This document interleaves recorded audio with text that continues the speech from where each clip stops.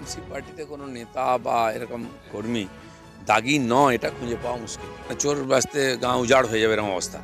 তো তার মধ্যেই মন্দের ভালো করার চেষ্টা করেছেন মমতা ব্যানার্জি, নাহলে ৭৪ জন এমএলএকে বাদ দেন। কি ভীষণ পরিস্থিতির মধ্যে উনি যাচ্ছেন, নাহলে যাকে তাকে দাঁড় করিয়ে দিয়ে বলতেন যে আমি ২৯৪টা ক্যান্ডিডেট। সে বলার দিন চলে গেছে, বা সততার প্রতীকও বলতে পারবেন না, কারণ দুর্নীতির প্রতীক হয়ে গেছে টিএমসি এবং তার মুখ হচ্ছেন মমতা ব্যানার্জি। সেজন্য কঠিন পরিস্থিতির মধ্যে আছেন। সেখানে কার বিরুদ্ধে লড়বেন ঠিক করতে পারছেন না। সেন্ট্রাল ফোর্সের বিরুদ্ধে লড়ছেন, নির্বাচন কমিশনের বিরুদ্ধে, আদালতের বিরুদ্ধে ধর্ণা দিচ্ছেন। পরিস্থিতি খুব খারাপ, পরিবর্তন হবে।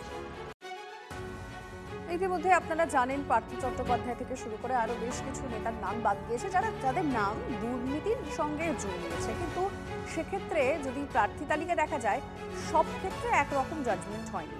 কারণ তৃণমূলের প্রার্থী তালিকায় পরিষ্কারভাবে দেখা যাচ্ছে রেশন এবং নিয়োগ দুর্নীতিতে যারা অভিযুক্ত তাদের নাম রয়েছে।